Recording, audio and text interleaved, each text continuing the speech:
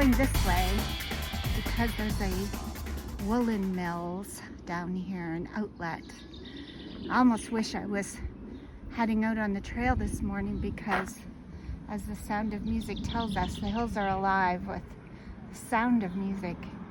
And it's so green and beautiful today.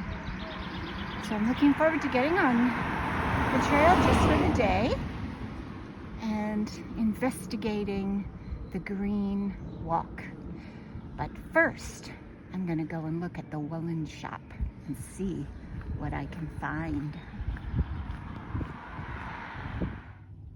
I found a woolen store and I found some wool, so I'll pick it up on the weekend when I'm back. Yay, and I'm gonna make myself a nice shawl. Anyway, look at these beautiful the wall here that's around this estate, I think. And all of the outbuildings. The old stairs here. Going up to something. Just a stone wall. And then there's the new builds. But I'm heading up a trail here. It's an unknown trail. She just said it'll bring me out at Glendalough. So I will take it in earnest that I will end up somewhere that I know where I am. And if not, I can always do a return journey. It's such a funny day. Blue sky, a few clouds in the sky, of course. And there's always this just presence of rain. Like right now, it's just raining on me, lightly. You can hear the birds singing. You may be able to hear the rain hitting my coat. Either way, it's a beautiful day to be out in the trails.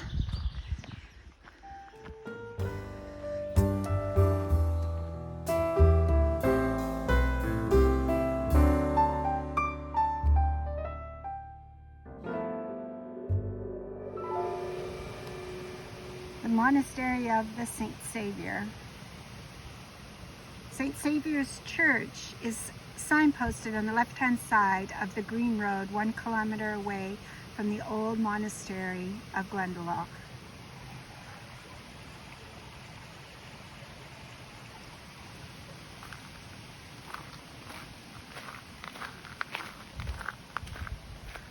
From the road, a path descends through what used to be a conifer forest. 10 years ago, those trees were removed and replaced by 6 different types of indigenous Irish trees. I'm going to carry on down this pathway, and I'm going to watch as the monastery building comes into view.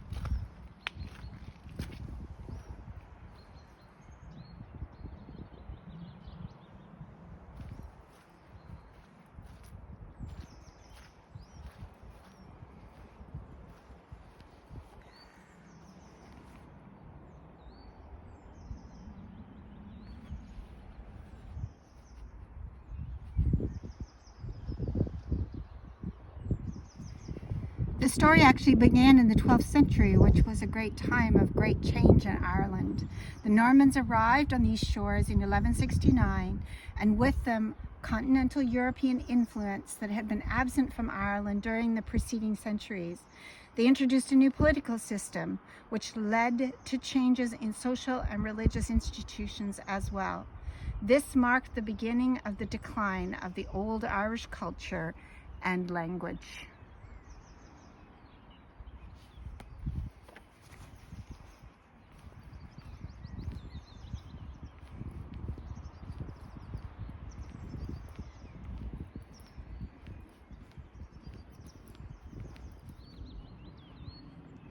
The old monastic church, which flourished for 600 years, was rooted in the social and political system of that time. The basic center of organization was not the diocese, but the monastery, which was modeled on the self-contained homesteads of the landowners. There were hundreds of monasteries scattered throughout the country, and many of them quite small. This system was in decline by the middle of the 12th century, when Lawrence O'Toole became abbot of Glendalough in 1153.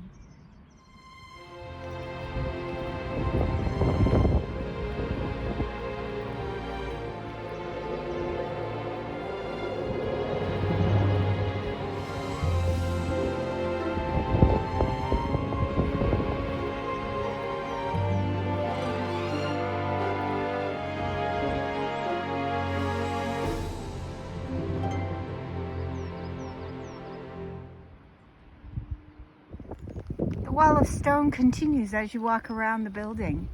There seems not to be a way to get in that is easy. They were very protective, and they needed to be, because safety was not easy. Here is the entrance. And once again, I'm getting wet.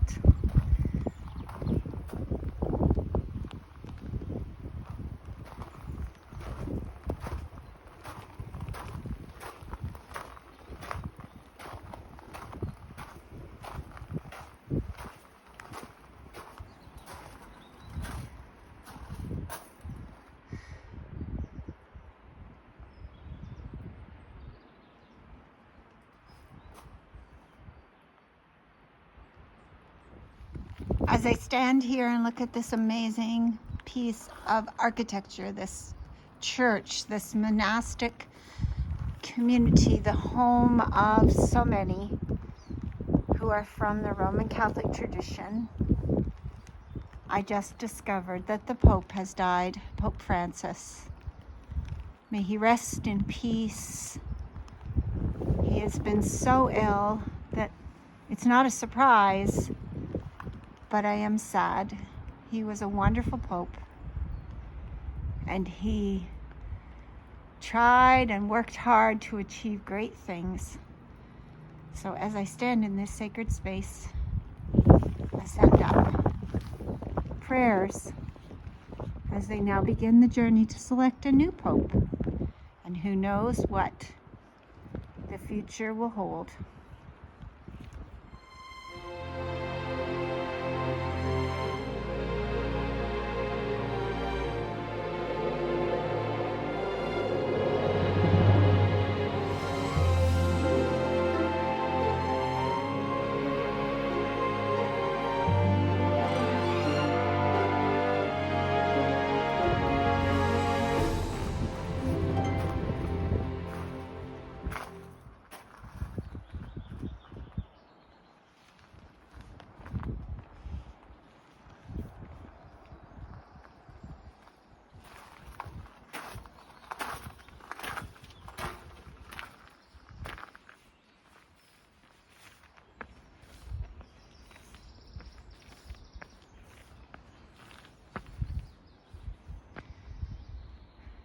And the pilgrimage continues.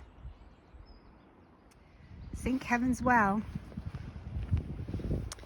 Peggy was telling me that it's not well marked, and it's not. I would have walked right past it if she hadn't have told me to watch for it. This is a beautiful water source. More sacred now than it is of use for water. Has pilgrim mementos. People tie strings and ropes and visions of hope here in this area.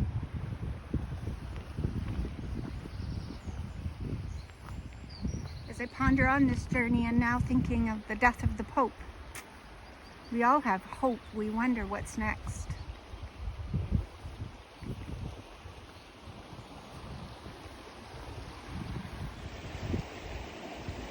The voice of the river.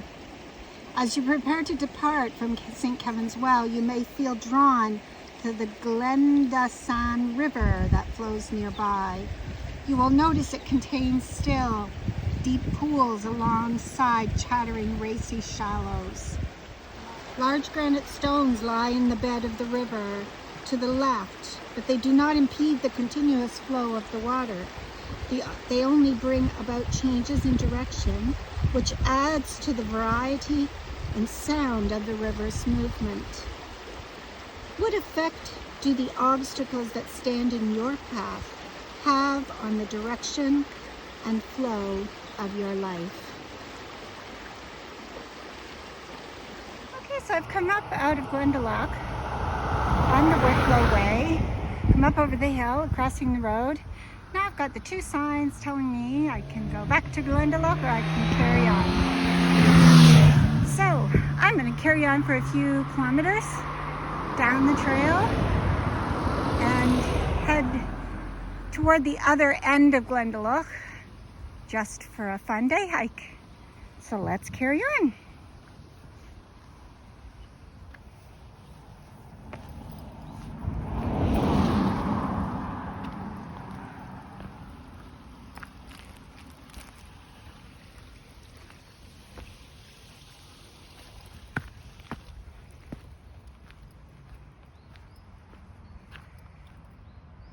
Here we go, up the hill. Climb, climb, climb.